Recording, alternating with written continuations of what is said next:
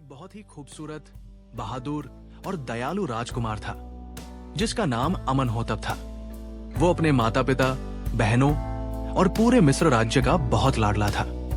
उसकी शादी बचपन में ही उसकी चचेरी बहन राजकुमारी नेफरतरी से तय हो गई थी, जो बहुत ही सुंदर थी।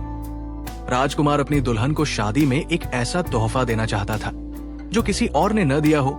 उसने सोचा कि वो उसे एक ऐसा खूबसूरत बगीचा देगा जिसकी बराबरी एरू, मिस्रियों का स्वर्ग भी न कर सके। उसने कई बागवानों को बुलाया, लेकिन किसी का भी नक्शा उसे पसंद नहीं आया। एक दिन महल के एक नौकर ने राजकुमार से कहा, मालिक, अगर आप मुझे इजाजत दें। राजकुमार की इजाजत मिलने पर नौकर ने बताया कि उनकी सल्तनत में 5 कोस दूर एक बगीचा है जो दुनिया में सबसे खूबसूरत माना जाता है, लेकिन ये भी मशहूर है कि उस पर भूतों और जिन्नों का साया है। कोई भी उस बगीचे में नहीं जा सकता, यहाँ तक कि उसे बनाने वाला भी नहीं। नौकर ने सलाह दी कि अगर वे उसे बनाने वाले कारीगर का पता लगा ले तो वे राजकुमारी के लिए वैसा ही बगीचा बनवा सकते हैं। राजकुमार ने कहा, कारीगरों को ढूंढने की क्या जरूरत है, मैं वही बगीचा हासिल करूंगा और राजकुमारी को दूंगा। नौकर डर से सफेद पड़ गया और राजकुमार को वहां न जाने की विनती की, लेकिन राजकुमार नहीं माना। उसी शाम राजकुमार बिना किसी को बताए घोड़े पर सवार होकर बगीचे की तरफ निकल गया। बगीचा सचमुच बहुत खूबसूरत था, जैसा उसने सपने में भी नहीं सोचा था। राजकुमार चलते चलते एक सुंदर बारहदरी के पास पहुंचा, जहां एक नरम बिस्तर बिछा था। थका हुआ राजकुमार वहीं लेट गया और सो गया। पता नहीं वह कितनी देर सोया होगा कि उसे चूड़ियों की खनक और हंसने की आवाजें। उसने आंखें खोली तो देखा कि चारों तरफ सुंदर लड़कियों का झुंड था। एक लड़की जो उस पर झुकी हुई थी, वो शायद उनकी रानी थी। राजकुमार ने पूछा, तुम कौन लोग हो और इस बगीचे में क्या कर रही हो? लड़की ने जवाब दिया, मैं सहारा के जिन्नों की राजकुमारी हूं और ये सब मेरी सहेलियां हैं। आपके राज्य का ये बगीचा मुझे पसंद आ गया था, इसलिए मैंने अपने पिता जिन्नों के राजा से कहकर इसे अपने लिए ले लिया है। मेरे पिता का एक ताकतवर और जादुई रक्षक दानव गुलाम है, जिसे उन्होंने इस बगीचे, मेरी और मेरी सहेलियों की रखवाली की जिम्मेदारी दी है। मैं रोज रात को अपनी दासियों और सहेलियों के साथ यहाँ आती हूँ और वो रक्षक दानव बगीचे तक पहुँचने वाले हर रास्ते की निगरानी करता है। इसीलिए मैंने पूछा कि आप यहाँ तक कैसे पहुँचे। राजकुमार ने कहा, इसे इत्तेफाकी समझो कि मैं जब यहाँ पहुँचा तुम्हारा वह रक्षक दानव मौजूद नहीं था। बहरहाल अब ये बगीचा तुम्हें छोड़ना होगा। मैं इसे अपनी होने वाली दुल्हन को तोहफे में देना चाहता हूँ। जिन्नों की राजकुमारी बोली, राजकुमार, मैं जिस चीज को पसंद करती हूँ उसे हासिल करके ही रहती हूँ। ये बगीचा ही नहीं, अब तो तुम भी मुझे पसंद आ गए हो। अब मैं तुम्हें कहीं नहीं जाने दूंगी। याद रखो, जिन्नों से टकराने का अंजाम बुरा होता है। राजकुमार पसीने पसीने हो गया। उसने किसी तरह खुद पर काबू पाया और खुशामद भरे अंदाज में बोला, मुझ पर रहम करो। मैं अपने माता पिता की इकलौती संतान हूँ और इस राज्य का वारिस हूँ। मेरे माता पिता रो रो कर मर जाएंगे और मेरी प्रजा बेताज रह जाएगी। अगले हफ्ते मेरी शादी होने वाली है। मैं अपनी मंगेतर को बहुत चाहता हूँ। मैं गायब हुआ तो वो शायद आत्महत्या ही कर लेगी। इतने लोगों का खून नाहक तुम्हारी गर्दन पर होगा। जिन्नों की राजकुमारी ने थोड़ी देर सोचा, फिर बोली, मैं सिर्फ इतना रहम कर सकती हूँ कि तुम्हें इस शर्त पर छोड़ूंगी कि रोज रात को तुम्हें यहाँ मेरी महफिल में आना होगा। दिन में तुम शौक से अपने महल में गुजार सकते हो। राजकुमार बड़ा चकराया, ये कैसे मुमकिन है? जिन्नों की राजकुमारी, अगले हफ्ते मेरी शादी है, मैं अपनी दुल्हन को क्या जवाब दूंगा? जिन्नों की राजकुमारी ने जवाब दिया, ये सब मैं नहीं जानती। वैसे भी मैं ऐसा जादू करूंगी कि तुम अपनी दुल्हन को देख ही न सकोगे। अगर देखने की कोशिश की तो अंधे हो जाओगे, और अगर तुम्हारी दुल्हन ने तुम्हें हाथ लगाया तो वो जिंदा नहीं रहेगी। हर रात 12 बजे जिन्नों का ढोला तुम्हारे महल की छत पर उतरेगा और तुम्हें यहाँ ले आएगा। अगर तुम खुद से नहीं आए तो जबरदस्ती उठा लिए जाओगे। ये लो, ये जादू की अंगूठी है। जैसे ही डोला महल की छत पर उतरेगा, अंगूठी के नग से लाल रोशनी निकलने लगेगी। ये इशारा होगा कि तुम फौरन छत पर पहुंच जाओ। अगर किसी को इसके बारे में बताया तो नतीजे जिम्मेदार होगे। मैं बहुत रहम दिल हूं, इसलिए ये रियायत कर रही हूं। चाहती तो जिंदगी भर तुम्हें अपनी कैद में रख सकती थी, किसी को पता भी नहीं चलता और तुम्हारी प्रजा रो धो कर बैठ जाती। जिन्नों की राजकुमारी अभी बातें कर ही रही थी कि संगीत और घुंघरू की आवाजें आने लगी। दासियां नृत्य और संगीत की महफिल तैयार कर शरबत के जाम लिए हाजिर थी।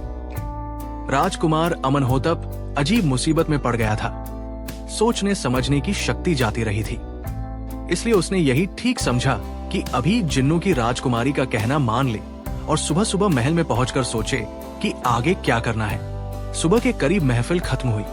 जिन्नियां अपने अपने डोलों में बैठकर जाने लगी तो जिन्नों की राजकुमारी ने राजकुमार को अपने डोले में बैठने की दावत देते हुए कहा, इस वक्त तुम जमीन के रास्ते से बगीचे से बाहर नहीं निकल सकोगे। वो रक्षक दानव तुम्हें जलाकर राख कर देगा। मैं तुम्हें तुम्हारे महल की छत पर उतार दूंगी। राजकुमार ने कहा, लेकिन मेरा घोड़ा बगीचे के बाहर बंधा हुआ है। जिन्नों की राजकुमारी ने बताया, उसे कल रात रक्षक दानव के से पहले ही खोल दिया गया था। वो महल में पहुंच चुका होगा। अपने महल वापस पहुंचकर राजकुमार अजीब उलझन में पड़ गया। इस मुसीबत से निकलने की कोई सूरत नजर नहीं आ रही थी। किसी को बता भी नहीं सकता था। वो खुद ही हमेशा कहा करता था कि रक्षक दानव और जिन्नियां सब बकवास है, उनका कोई वजूद नहीं है। महल में शादी की तैयारियां जोर शोर पर थी। महल के अंदर बहने और बाहर दोस्त हंसी मजाक करते, लेकिन राजकुमार किसी चीज में दिलचस्पी नहीं ले सका। इसी उलझन में रात हो गई। ठीक 12 बजे अंगूठी के नग से लाल रोशनी निकलने लगी। पहले तो उसने सोचा कि न जाए, देखे क्या होता है। फिर ख्याल आया कि जिस घर में शादी हो वहां कोई झगड़ा नहीं करना चाहिए। वो चुपचाप अपने कमरे से निकला और छत पर आ गया। डोला इंतजार कर रहा था, जो उसे उड़ाकर बगीचे में ले आया। जिन्नों की राजकुमारी ने खुले दिल और खुली बाहों के साथ स्वागत किया। नाचरंग की महफिल जमी। राजकुमार ने लाख समझाना चाहा, लेकिन जिन्नों की राजकुमारी पर कोई असर नहीं हुआ। सुबह होने पर राजकुमार को वापस महल पहुंचा दिया गया। इसी तरह हफ्ता गुजर गया और शादी की शाम आ गई। धूमधाम से शादी हुई, बहुत रस्में हुई। राजकुमार ने दुल्हन के कमरे में कदम रखा ही था कि अंगूठी का नग चमकने लगा। राजकुमार ने एक नजर शाही शादी के लिबास में लिपटी हुई दुल्हन पर डाली और गहरी आंख भरकर कमरे से निकल गया। राजकुमार ने हमेशा की तरह खड़े होकर स्वागत किया। स्वागत है राजकुमार, शादी मुबारक हो। क्या खाक मुबारक हो, तुमने मेरी जिंदगी बर्बाद कर दी और अब मुबारकबाद दे रही हो। शुक्र अदा कीजिए राजकुमार की आप अपने महल में रह रहे हैं, वरना मेरी कैद में पड़े होते। और जैसा कि आप कहते हैं, आपकी दुल्हन ने आत्महत्या कर ली होती और प्रजा अनाथ हो गई होती। क्या शुक्र करूं? मेरी प्यारी पत्नी, कुछ घंटों पहले ब्याही दुल्हन मेरा इंतजार कर रही है और मैं यहाँ तुम्हारी महफिल में बैठा तुम्हारे दिल बहलाने का सामान फराहम कर रहा हूँ। अगर अपनी आंखें और अपनी दुल्हन की जान प्यारी है तो उसकी तरफ रुख भी न करना। दिन गुजरने लगे। राजकुमार दिन का ज्यादातर हिस्सा महल के बाहर गुजारता, दरबार में अपने पिता का हाथ बटाता या इधर उधर घूमता। वो डरता था कि महल में जाएगा तो कहीं दुल्हन पर नजर न पड़ जाए। शाम को थोड़े वक्त के लिए कमरे में जाता तो आंखें बंद किए बैठा रहता। महल में लोगों ने बातें शुरू कर दी थी। राजकुमारी नेफरतेरी ने रो रो कर आंखें सुजा ली थी। आखिर एक दिन उसके सब्र का बांध टूट गया। शाम को राजकुमार आंखें बंद किए लेटा था कि नेफरतेरी ने बढ़कर उसे आवाज दी। राजकुमार बेकाबू होकर चिल्ला उठा, मुझसे दूर रहो, खुदा के लिए मुझे हाथ मत लगाना। नेफरतेरी ने कहा, राजकुमार मुझे बताइए कि बात क्या है। मैं दुखियारी भी हूं, हम बचपन के दोस्त हैं। खुदा के लिए मुझे बताइए, क्या ये शादी आपकी मर्जी के खिलाफ हुई है? राजकुमार ने मजबूरन सारा किस्सा नेफरतेरी को कह सुनाया और बोला, मुझे तुम्हारी जिंदगी अपनी जान से ज्यादा प्यारी है और मैं अपनी आंखें भी खोना नहीं चाहता। शायद कबीरा सूर्यदेव हम पर रहम करे, मैं इस दलदल से निकल सकूं और तुम्हें फिर से देख सकूं। नेफरतेरी ने कहा, आपको पहले ही ये सब बता देना चाहिए था। आपकी आंखें मुझे भी बहुत प्यारी है। मैं खुद आपके सामने चेहरा न खोलती और महल की महिलाओं को बातें बनाने का मौका न मिलता। आप यकीन रखिए, मैं राह से दुआ करूंगी, वो हमारी जरूर सुनेगा और आपको इस दलदल से निकालेगा। नेफेरतरी ने तो राजकुमार की मजबूरी समझ ली, लेकिन महल की दूसरी औरतों को वो क्या समझाती। राजकुमारी की बहनें और खुद उसकी बहनें तरह तरह से भेद लेने की फिक्र में लगी रहती और नेफेरतरी को उकसाती रहती। शाम को जब राजकुमार कमरे में आया तो नेफेरतरी बोली, ए चाचा के बेटे, ये मुझे घर नहीं बसाने देती। राजकुमार ने पूछा, कौन? नेफेरतरी ने कहा, मेरी बहनें और आपकी बहनें। क्या कहती है? नेफेरतरी ने जवाब दिया, कहती है, नई नई शादी होती है तो दूल्हा अपनी दुल्हन को घुमाने फिराने ले जाता है, तुम्हारे दूल्हा तुम्हें कहीं नहीं ले गए। राजकुमार ने अगले ही दिन घूमने का कार्यक्रम बना लिया और नेफेरतरी को लेकर जंगल में बने अपने शिकार महल में ले आया। बड़े से घूंघट में लिपटी नेफेरतरी वहां भी राजकुमार से दूर ही रही। जब महल में वापस आए तो दासी ने सारा किस्सा बहनों को बता दिया। उन्होंने एक नई तरकीब सोची। अगले दिन राजकुमार कमरे में आया। नेफेरतरी बोली, ए चाचा के बेटे, वो मुझे घर नहीं बसाने देती। राजकुमार ने पूछा, अब क्या कहती है? कहती है कि आप तो बहुत अच्छे चित्रकार हैं, मैं आपसे कहकर अपनी तस्वीर बनवाऊंगी। क्या बात करते हो? मैं अंधेरे में तुम्हारी तस्वीर कैसे बनाऊंगा? आप तस्वीर बना दीजिए और तुम कह देना कि मैंने बनाई है। ऐसा ही किया। 2 दिन के अंदर राजकुमारी नेफेरतरी की निहायत खूबसूरत पूरी लंबाई की तस्वीर बनकर आ गई और बहनों के मुंह अस्थायी तौर पर बंद हो गए। उधर जिन्नों के राजा को खबर मिली कि एक इंसान राजकुमार उनकी बेटी की महफिलों में नियम से देखा जाता है। राजा ने गुलाम रक्षक दानव से पूछताछ की कि हमने मिस्र के उस बगीचे की और राजकुमारी की हिफाजत के लिए तुम्हें नियुक्त किया था, फिर ये इंसान वहां कैसे पहुंचा? गुस्से से खौलता हुआ रक्षक दानव बगीचे की तरफ चला तो दिल में ठान ली कि उस इंसान के टुकड़े टुकड़े करके चील कौवों को खिला देगा। जिन्नों की राजकुमारी इस हकीकत से बेखबर थी कि उसके पिता और रक्षक दानव को राजकुमार के बारे में मालूम हो चुका है। उसने हमेशा की तरह डोला भेजकर राजकुमार को बुला लिया। इधर महफिल नाच गाने से जमी, उधर रक्षक दानव नंगी तलवार लिए आम मौजूद हुआ। गुस्से से उसकी आंखों से आग निकल रही थी। डर से कांपती जिन्नियां गिरती पड़ती अपने अपने डोलों में बैठकर भागी। रक्षक दानव ने राजकुमार पर वार करने के लिए तलवार उठाई थी कि जिन्नों की राजकुमारी बीच में आ गई। ए गुलाम, अपनी औकात में रह, इसकी जान बख्श दे, ये बेकसूर है। इसे तो हम अपनी दिलचस्पी के लिए जबरदस्ती उठवा लिया करते थे। जिन्नों की राजकुमारी से भी नाराज था, लेकिन उससे डरता भी बहुत था। वो जानता था कि राजकुमार जमीन के रास्ते से नहीं आया और हवा में उड़ना इंसान के बस की बात नहीं, इसलिए राजकुमार का ज्यादा कसूर मालूम नहीं होता, लेकिन छोड़ देना भी इज्जत के खिलाफ था। वह राजकुमार को ले गया और ऐसी काल कोठरी में डाल दिया जिसकी चाबी वो खुद अपनी जेब में रखता था। बगीचा वीरान हो गया। जिन्नों की राजकुमारी के घूमने पर पाबंदी लग गई और राजकुमार कैद हो गया। महल में राजकुमार की गुमशुदगी से एक हंगामा मच गया। हर तरफ संदेशवाहक दौड़ाए गए। खबर देने वाले को बड़े बड़े इनाम देने का वादा किया गया। माँ की आंख से आंसू नहीं रुकते थे, पिता उदास थे, बहनें दुखी थी और नेफेरतरी की तो हालत ही और थी। नेफेरतरी को अंदाजा था कि राजकुमार की गुमशुदगी में यकीनन उसी जिन्नों की राजकुमारी का हाथ है, लेकिन क्या करती, मजबूर थी। एक दिन रात को भेष बदलकर महल से निकली और घोड़े पर सवार होकर उस बगीचे की तरफ चली जिसका पता राजकुमार अमनहोतप ने दिया था। बगीचा उजड़ा पड़ा था, फूल मुरझा गए थे, फव्वारे खामोश थे, नहरें सूख गई थी और 12 दरी में धूल उड़ रही थी। किसी किस्म का कोई सुराग नहीं मिला, अलबत्ता बिस्तर के करीब राजकुमार का एक जूता पड़ा मिला। इससे ये तो अंदाजा हो गया कि राजकुमार यहीं से गायब हुआ है और वो जिन्नों की राजकुमारी ही उसकी जिम्मेदार है। लेकिन आगे की राहें बंद थीं। कहां जाए, किधर तलाश करे? जिन्नों के देश से कहानियों में सुना था, न उसके वजूद का यकीन था और न जगह का पता। खैर, नेफेरतरी वापस महल में आ गई। रो रो कर राह के आगे झोली फैलाने के सिवा कोई रास्ता नहीं था।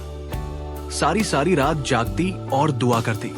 एक रात राह के सामने हाथ फैलाकर दुआ मांग रही थी कि उसके शयन कक्ष के दरवाजे पर किसी ने दस्तक दी। राजकुमारी नेफेरतरी हैरान कि रात के पिछले पहर कौन हो सकता है। दरवाजा खोला तो क्या देखती है कि काले चादर ओढ़े एक लड़की खड़ी है। उसने जोर से कहा, मुझे अंदर बुला ले, मैं आपको राजकुमार अमनहोतप की खबर देने आई हूं। नेफरतरी ने उसे रास्ता दिया। लड़की ने अंदर आकर दरवाजा बंद कर दिया। चादर उतारी तो नेफरतरी की आंखें चौंधिया गई। निहायत हसीन लड़की उसके सामने खड़ी थी, जिसके कंधों पर सुनहरे पंख लगे थे। लड़की ने कहा, बहन, मैं सहारा के जिन्नों की राजकुमारी हूं। तुम्हारे पति को गायब करने में मेरा हाथ तो नहीं है, लेकिन कसूरवार मैं भी हूं। मैं ये भूल गई थी कि इंसान और जिन्न का कोई जोड़ नहीं है। मैं अपना गुनाह मानते हुए तुम्हारी मदद करने छुप कर आई हूं, क्योंकि अब मेरे पिता ने मेरे महल से निकलने पर भी पाबंदी लगा दी है। राजकुमारी नेफरतरी को पहले तो बड़ा गुस्सा आया। जी चाहा कि उस जिन्नों की राजकुमारी का मुंह नोच ले, जिसने उसकी जिंदगी को खराब कर दिया था।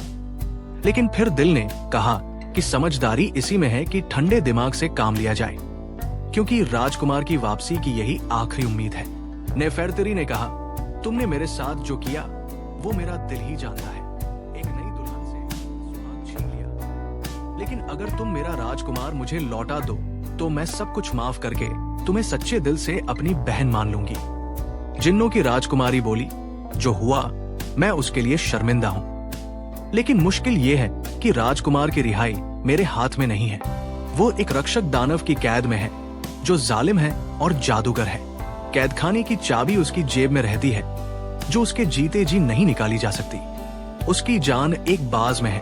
उस बाज का पिंजरा एक कुएं में लटक रहा है, और उस कुएं से 7-7 मंजिल तक 7 बहुत ही लड़ाकू जिन्नियों का पहरा है। हर मंजिल पर एक जिन्नी पहरेदार है। उन्हें धोखा देना आसान नहीं है, लेकिन मैंने तुम्हारी खातिर और अपने गुनाह की भरपाई के लिए एक बड़ी जोखिम भरी तरकीब निकाली है। उन 7 जिन्नियों के पास 7 बेहद कीमती गहने हैं, जो जिन्नों के राजा ने बहादुरी के इनाम के तौर पर उन्हें दिए थे। एक नौलखा हार, एक नीलम की पायल का जोड़ा, एक पन्ने का कंगन, हीरे के बाजूबंद, माणिक के झुमके, पुखराज का हार और एक सच्चे मोतियों का सतलड़ा हार। ये गहने वो अपनी जान से भी ज्यादा प्यारे मानती है। उन्हें वह एक ऐसे संदूक में रखती है जो जादू का है। जब वो 7 उस पर हाथ रखकर मंत्र पढ़ती है तो वो खुलता है, और 7 हाथ रखकर बंद करती है तो बंद होता है।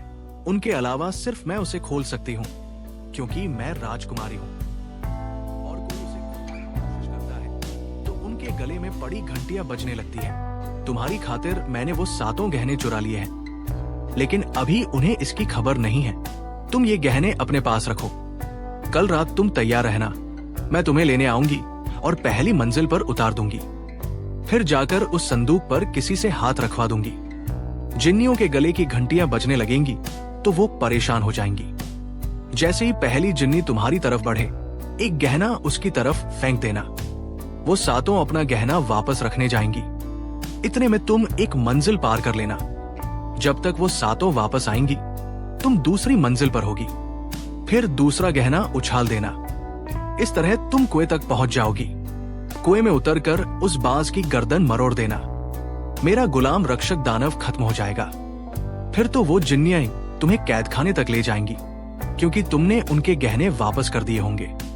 राजकुमारी नेफरतरी को सारी बात समझाकर और अगले दिन रात को आने का वादा करके जिन्नों की राजकुमारी जैसे आई थी वैसे ही वापस चली गई। नेफरतरी ने सारी रात उम्मीद, निराशा, खुशी और डर के मिले जुले जज्बातों के बीच जागते हुए गुजारी। जैसे तैसे दिन गुजरा। रात आई, नेफरतरी ने दासी जैसा लिबास पहना। एक झूले में वो 7 जेवरात रखे और जिन्नों की राजकुमारी का इंतजार करने लगी। रात 12 बजे के बाद दरवाजे पर दस्तक हुई। जिन्नों की राजकुमारी ने अपना वादा निभाया और नेफरतरी को अपनी डोले में बिठाकर जिन्नों के देश और कुएं के करीब की पहली मंजिल पर उतार दिया। नेफरतरी एक पेड़ के पीछे छुप। जरा देर में ही घंटियों की आवाजें सुनाई दी और साथ ही जिन्नियों की चीख पुकार भी सुनाई दी। 7 निहायत बदसूरत और विशाल जिन्नियां उसकी तरफ बढ़ रही थी। नेफरतरी ने जल्दी से झूले में हाथ डालकर हार निकाला और जिन्नियों की तरफ उछाल दिया। 7 ने उसे हाथों हाथ लिया और गया था तो आ गया, गया था तो आ गया का जाप करते हुए हार लेकर उल्टी दिशा में चली गई। नेफरतरी पूरी ताकत से दौड़ी। जब तक वो दूसरी मंजिल तक पहुंची, जिन्नियां हार रखकर वापस आ गई। नेफरतरी ने अब के सत लड़ा हार फेंक दिया। वो सातों उसे लेकर गया था तो आ गया, गया था तो आ गया रटते हुए फिर वापस चली गई। गरज इस तरह एक एक करके सातों जेवर फेंकते हुए नेफरतरी कुएं तक पहुंच गई। जैसे ही उसने कुएं में कदम रखा, रक्षक दानव जाग गया और चीखता हुआ कुएं की तरफ बढ़ा। नेफरतरी ने जल्दी से बाज को बाहर निकाला। इतने में रक्षक दानव बिल्कुल करीब पहुंच चुका था। नेफरतरी ने बाज की दोनों टांगे तोड़ दी।